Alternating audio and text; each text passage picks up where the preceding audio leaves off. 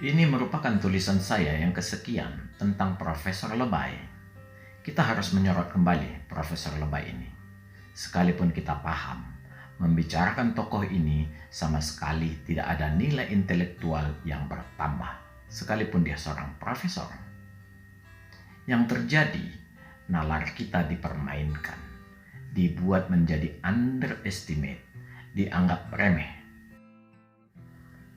Tulisan ini merupakan kewajiban moral untuk menyadarkan masyarakat polos yang terbuai oleh tokoh ini. Rakyat polos yang tanpa sadar dipermalukan secara batinnya. Inilah kejahatan intelektual. Sekali lagi saya ulang, kejahatan intelektual yang sangat luar biasa. Dengan membodohi harkat dan martabat bangsa ini di depan semua orang yang mendiamkannya. Menonton tarian yang sangat memukau, bahkan tanpa malu, ikut menari. Kalau kita merefer dari mulai peristiwa Pilgub DKI 2017, maka kita dapat melihat rentetan peristiwa demi peristiwa yang menyesakkan hati bagi orang yang berpikiran sehat. Banyak berjatuhan korban dan dipermalukan akibat kurang pintar menari. Banyak orang mengaitkannya dengan karma Ahok. Yang jelas, semua orang yang menjadi korban adalah pembela-pembela militan dan oportunis, baik perorangan maupun partai, yang memanfaatkan Profesor Lebay ini. Kalau kita melihat tornado, maka akan tampak begitu dahsyat dan porak-poranda semua tempat yang dilintasinya. Inilah dampak kedahsyatan, kepakaran dari seorang Profesor Lebay. Peristiwa terakhir, dan sekaligus memperlihatkan begitu buta mata para pembelanya, yaitu dengan membangun sumur resapan tanpa perencanaan yang matang. Apa yang dia mau langsung dibuat. Sebuah bentuk aroganisme yang banyak dimanfaatkan orang, bagaikan madu bagi orang di sekitarnya. Sampai tidak peduli sumur resapan dibuat di samping tiang pancang jalan layang. Entah siapa di kemudian hari yang harus bertanggung jawab bila jalan layang roboh. Semua orang mendiamkan. Sungguh gila. Entah berapa sumur resapan yang dijanjikan dan entah berapa yang sudah terrealisasi, hanya Tuhan yang tahu. Jalan yang semakin rusak akibat sumur resapan yang selalu digenangi air, karena memang Jakarta tidak mampu lagi meresapkan air ke dalam tanah. Penelitian ilmiah mengatakan bahwa rembesan air laut sudah mendekati Monas. Masalah lain muncul. Genangan air pada sumur resapan ternyata menjadi sumber penyakit. Solusi yang diambil sangat gampang, beli pompa. Lalu air dibuang ke saluran dan akhirnya sampai juga ke laut. Tidak peduli lagi melanggar sunatullah atau tidak. Yang penting anggaran tersedot. Semua dampak kepakaran Profesor Lebay ini membuat orang terbius dan menari gila-gilaan, membentuk lingkaran badai yang semakin besar. Tanpa sadar, satu persatu mempermalukan dirinya dan terseret ke prodeo. Sementara Profesor Lebay bagaikan avatar dengan bahasa sorga dan senyum-senyumnya, mengendalikan badai dengan tarian yang sangat indah akibat saweran triliunan rupiah. Seolah semua anggaran tak bertuan dan tanpa pengawasan. Seluruh orang menunggu kecipratan atau tidak. Nurani hilang. Ya, sekali lagi, nurani hilang. Terlihat dengan adanya pembiaran. Entah dengan maksud apa membiarkannya.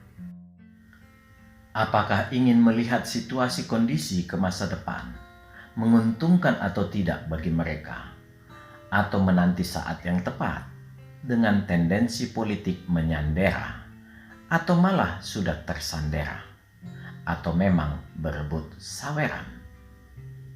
Apapun itu semua, dengan melakukan pembiaran, itu sebuah tindakan yang sangat jahat. Dalam kasus Formula E, juga semua tampak diam membisu.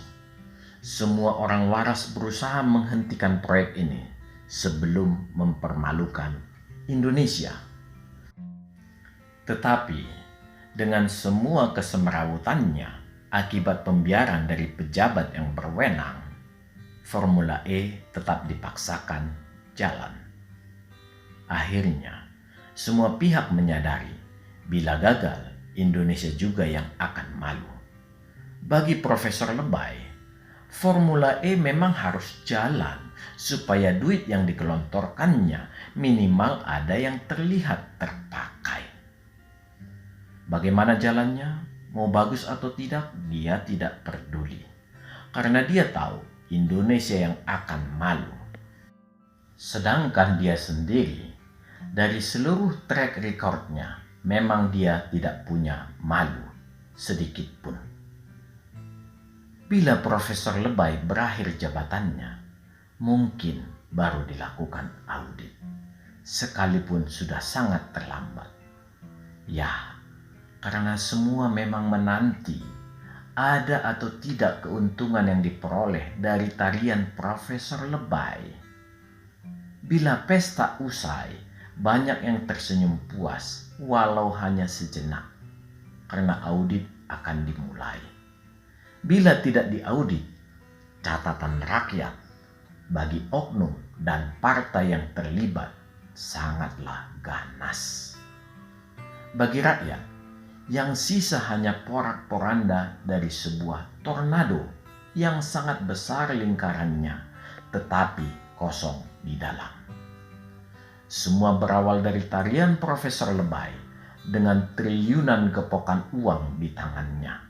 Dia menyawer siapa saja yang ikut menari bersamanya. Semua membentuk putaran mistis bernama tarian ATM bersama. Sama seperti tornado, ternyata di dalam kosong belaka yang ada adalah akibatnya, yaitu kehancuran sedemikian besar. Sebuah kebersamaan dalam kebaikan harus memiliki roh yang sama, yaitu demi rakyat. Seandainya Profesor Lebay seorang Jepang, saya tidak akan mempertanyakan kemana kekosongan bagian tengah tornado itu, di mana seorang avatar harusnya berada di situ sebagai pengendali. Saya yakin avatar Jepang itu akan harakiri dan melarutkan dirinya dalam putaran tornado. Tapi dari track recordnya, maka Profesor Lebay tidak akan mampu melakukan itu. Senjata utamanya bukan samurai, bukan stiletto, atau yang lebih modern, revolver. Dia hanya seorang pengecut yang hanya bisa ngeles dan ngeles, lalu buang badan.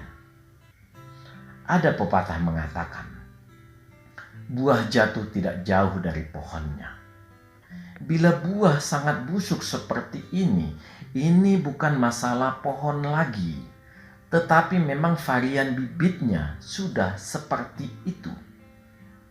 Bila memang varian bibitnya sudah seperti itu, mungkin ada sedikit kisah sejarah perlu direvisi agar kita menempatkan seorang pahlawan yang benar-benar murni adalah seorang pahlawan. Salam, majulah Indonesia.